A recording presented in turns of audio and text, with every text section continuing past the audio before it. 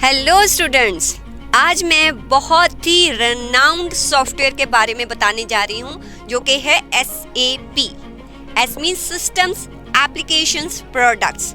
ये एक ऐसा सॉफ्टवेयर है जो कि 180 कंट्रीज में यूज़ होता है और इसके 4 लाख से भी ज़्यादा कस्टमर हैं। इट मीन्स अगर आप इस सॉफ्टवेयर को अपने स्किल सेट में ऐड करते हो तो आपकी डिमांड बहुत ज़्यादा होने वाली है। इस क्लास में मैं सिर्फ बताऊंगी आपको SAP की कहानी कि SAP जो है इसका ओरिजिन, इसका जन्म, ये कहाँ से इसका आइडिया आया, उसके बारे में आज की क्लास में सीखेंगे। SAP की कहानी सुनने से पहले थोड़ा सा ये समझो कि हर बिजनेस, चाहे कोई स्मॉल हो, चाहे वो मीडियम बिजनेस हो या लार्ज बिजनेस हो, बहुत सारी ट्रांजैक्शन करता है। बहुत सारी ट्रांजैक्शन रिलेटेड टू कि सेल्स की ट्रांजैक्शंस करता है, परचेज की ट्रांजैक्शंस होती है, कस्टमर्स से पैसा लेना है, क्रेडिटर्स को पैसा देना है, फिक्स्ड एसेट परचेज करने हैं या फिक्स्ड एसेट का डेप्रिसिएशन चार्ज करना है। There are lot of transaction. अब उन सब की रिकॉर्डिंग भी होती है। क्यों रिकॉर्डिंग होती है? क्योंकि हर बिजनेसमैन ये जानना चाहता है कि जो काम उसने किया है उसका एट द एंड रिजल्ट क्या है। तो वो रिजल्ट प्रॉफिट या लॉस कुछ भी हो सकता है। उसके कंपनी में कितने एसेट्स हैं, कितनी लायबिलिटीज है, मुझे बताओ ये काम कैसे होगा। अगर जो भी ट्रांजैक्शंस हो रही हैं उनको रिकॉर्ड किया जाएगा। पहले पेपर पर किया जाता था, आज की डेट में क्या है, सॉफ्टवेयर्स है। अब सॉफ्टवेयर्स में जब वो रिकॉर्डिंग होती है तो हर डिपार्टमेंट की रिक्वायरमेंट अलग है। HR डिपार्टमेंट की जो रिकॉर्डिंग होगी ट्रांजैक्शंस की, वो सिमिलर नहीं हो सकती जैसे रिकॉर्डिंग होती है किसी प्रोडक्शन डिपार्टमेंट की। आप मेरी बात को समझो कि जो सॉफ्टवेयर्स होते हैं ना, वो उन एक्टिविटीज़ के अकॉर्डिंग डिज़ाइन किए होते हैं। तो क्या होता था पहले, कि आज की डेट में भी होता है, जो स्मॉल बिजनेस वो यही करते हैं। क्या होता है कि जो सेल्स डिपार्टमेंट है, हमारे पास बहुत सारे डिपार्टमेंट होते हैं हर कंपनी में। छोटी कंपनी होगी तो डिपार्टमेंट्स कम होंगे, बड़ी कंपनी होगी तो ये डिपार्टमेंट बहुत ज़्यादा होते हैं। तो क्या होता है कि जैसे सेल्स डिपार्टमेंट है, हमारा इन्वेंट्री है, प्रोडक्शन है और प्रोक्योरमेंट डिपार्टमेंट है, कस्टमर सर्विस डिपार्टमेंट है, अलग अलग टाइप के डिपार्टमेंट्स होते हैं। अब हर डिपार्टमेंट में अपना अपना एक सॉफ्टवेयर्स लगा हुआ है। जो भी ट्रांजैक्शन होती है वो अपने सॉफ्टवेयर में जो है उसको रिकॉर्ड कर लेते हैं। यहाँ पर कस्टमर का ऑर्डर आता है। अब क्या है, सबका अलग अलग सॉफ्टवेयर है डिपार्टमेंट का। कस्टमर ने ऑर्डर दिया कि मुझे 1000 ये प्रोडक्ट, कोई भी ABCD प्रोडक्ट चाहिए। तो यहाँ पर सेल्स डिपार्टमेंट ने वो रिकॉर्ड कर लिया, ऑर्डर रिकॉर्ड कर लिया। ऑब्वियसली ऑर्डर रिकॉर्ड करके वो किसको भेज देगा, इन्वेंट्री डिपार्टमेंट को, कि भी इतना माल जो है वो डिस्पैच करना है। अब इन्वेंट्री डिपार्टमेंट देखता है, ओहो इतना ऑर्डर आ गया, इतना तो मेरे पास माल है ही नहीं। वो किसको इन्फॉर्म करेगा, प्रोडक्शन वाला कहता है अरे ये आया। और देखो, कम्युनिकेशन करने में टाइम भी लगता है। ये ऑर्डर आया, इसका रॉ मटेरियल नहीं है, तो रॉ मटेरियल के लिए वो किसको बोलेगा, प्रोक्योरमेंट डिपार्टमेंट को बोलेगा कि भाई ये वाला रॉ मटेरियल जो है आप हमें ला कर दो। फिर ये प्रोडक्शन करेगा, फिर ये इसको देगा कि भाई हाँ सेल कर दो। और बेचारा कस्टमर सर्विस वाला वो कंप्लेंट करी जा रहा है, मेरा ऑर्डर नहीं आया। उसको यहाँ से कोई कम्युनिकेशन आएगी तो वो उसकी क्वेरी को सॉल्व कर पाएगा। यहाँ क्या हो रहा है, मेरी बात समझो ध्यान से। यहाँ क्या हो रहा है, हर डिपार्टमेंट अपनी अपनी बीन बजा रहा है और कस्टमर पर क्या इम्पैक्ट आता है, कस्टमर डिससेटिस्फाई हो जाता है। कस्टमर कहता है पहले तो आप अपने आप में कोऑर्डिनेशन कर लो, तुम्हें पता ही नहीं है कि आपने ऑर्डर ही क्यों लिया जब आपके पास प्रोडक्ट नहीं था। तो यहाँ पर आप समझो कि कमी कहाँ है। कमी ये है, कमी कोऑर्डिनेशन की कमी है। क्योंकि जैसे ही ऑर्डर्स आ रहे हैं, इन्वेंट्री जो है सेल हो रही है, प्रोडक्शन डिपार्टमेंट को कोई कम्युनिकेशन नहीं जा रही कि भाई इतना जो स्टॉक है वो जो है स्टॉक खत्म हो रहा है, अब मुझे उतना स्टॉक बनाना स्टार्ट कर दे। अगर रियल टाइम पर कम्युनिकेशन परचेज डिपार्टमेंट को, प्रोक्योर डिपार्टमेंट को रियल टाइम में कम्युनिकेशन हो जाए ना, तो ये जो कस्टमर की डिससेटिस्फैक्शन वाली प्रॉब्लम है, कस्टमर यहाँ पर देखो कस्टमर की हालत क्या हो जाती है। वो कहता मैंने किससे डीलिंग कर ली। तो इससे क्या होता है कि जो भी कंपनी ऐसा सॉफ्टवेयर यूज़ करती हैं जो कि हर डिपार्टमेंट के लिए सेपरेट, इसको बोला जाता है नॉन ERP सॉफ्टवेयर। ERP, अब वर्ड देखो, एक न्यू वर्ड बोला है मैंने। ERP का मतलब होता है एंटरप्राइज रिसोर्स प्लानिंग। एंटरप्राइज मतलब कंपनी, रिसोर्स मतलब ये सारे रिसोर्सेज हैं कंपनी के लिए। रिसोर्सेज क्या होते हैं, जिसके थ्रू हम कुछ जो है जिसका यूज़ करके कुछ अर्न करते हैं। इन्हीं रिसोर्सेज का यूज़ करके कंपनी अर्न करती है। अब लेकिन इनकी प्लानिंग नहीं है, एंटरप्राइज के रिसोर्स की प्लानिंग नहीं है, इसलिए इसको बोला जाता है, इन सॉफ्टवेयर्स को बोला जाता है नॉन ERP सॉफ्टवेयर। तो यहाँ क्या होता है, यहाँ पर जो हमारा बेचारा कस्टमर होता है वो बहुत रोता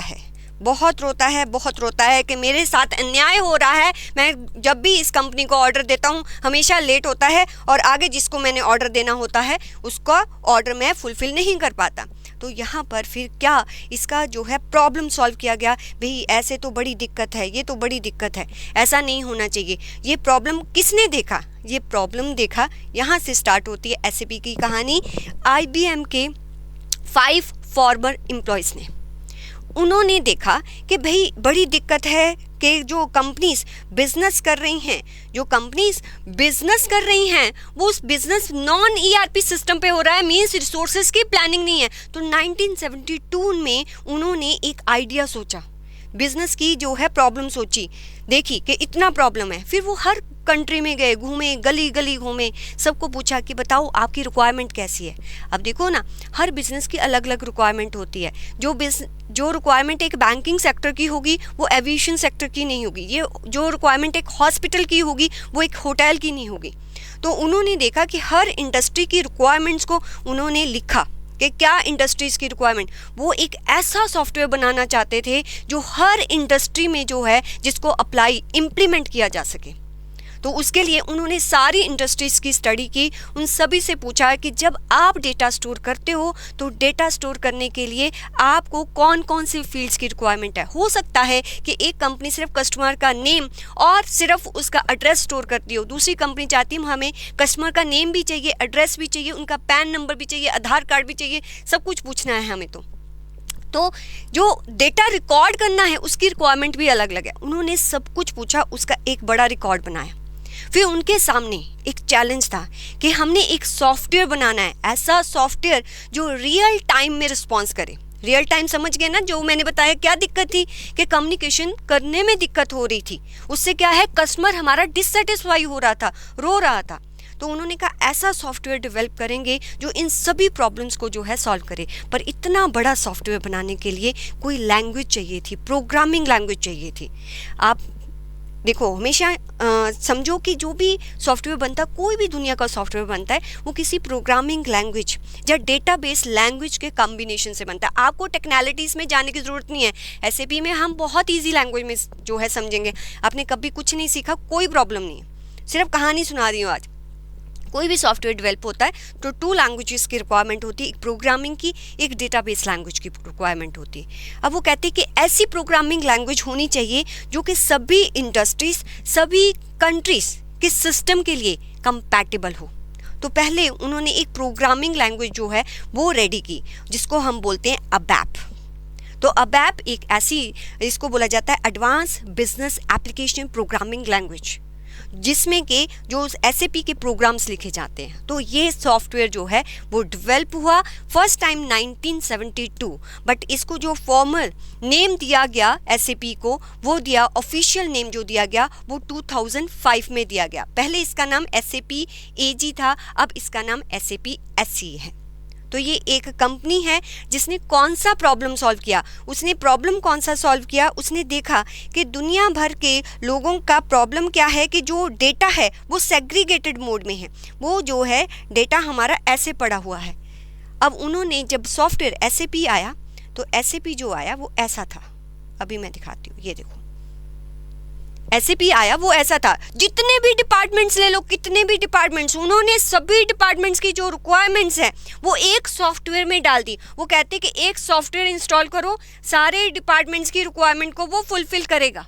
जैसे ही आपके पास कोई भी ऑर्डर आएगा, जैसे ही आपके पास ऑर्डर आएगा, आपने उसको यहाँ पर अपडेट करना है। अपने आप ऑटोमेटिकली इंफॉर्मेशन जो है वो इन्वेंट्री डिपार्टमेंट, प्रोडक्शन डिपार्टमेंट, आपके प्रोक्योरमेंट डिपार्टमेंट, सबको पहुँच जाएगी कि इतने का ऑर्डर है और उन्होंने जो है क्या रियल टाइम में कैसे एक्शन लेना है। इससे क्या होगा, जो आपका कस्टमर होगा, अगर उसका क्विकली आप जो है वो ऑर्डर फुलफिल कर दोगे तो वो भी आपको खुश दिखाई देगा। तो उन्होंने क्या किया, उन्होंने एक सेंट्रलाइज्ड जो है वो ऐसा सिस्टम बनाया जो हर डिपार्टमेंट की जो है रिक्वायरमेंट को फुलफिल करता हो।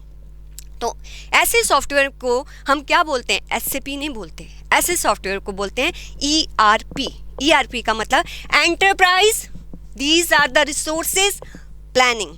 तो ERP एक सॉफ्टवेयर नहीं है, ERP एक कॉन्सेप्ट है। जो सॉफ्टवेयर उसको अप्लाई कर लेता है, इम्प्लीमेंट कर देता है, उसको हम क्या बोलते हैं, ERP सॉफ्टवेयर। SAP क्या है, हमारा एक ERP सॉफ्टवेयर है। इसका सपना किसने देखा था? 5 फॉर्मर IBM एम्प्लॉयज़ ने देखा था 1972, और आज ये दुनिया में सबसे ज़्यादा यूज़ होने वाला एक ERP सॉफ्टवेयर है। ऐसे बहुत सारे सॉफ्टवेयर हैं, ओरेकल भी है, JD एडवर्ड्स भी है, पर SAP सबसे ज़्यादा 24% से भी ज़्यादा मार्केट शेयर जो है वो SAP का है। ये अपने आप में बहुत बड़ा शेयर होता है। आज सिर्फ हमने SAP के बारे में सीखा कि इसका जन्म क्यों हुआ, किसने किया। नेक्स्ट क्लास में हम SAP के बारे में और सीखेंगे।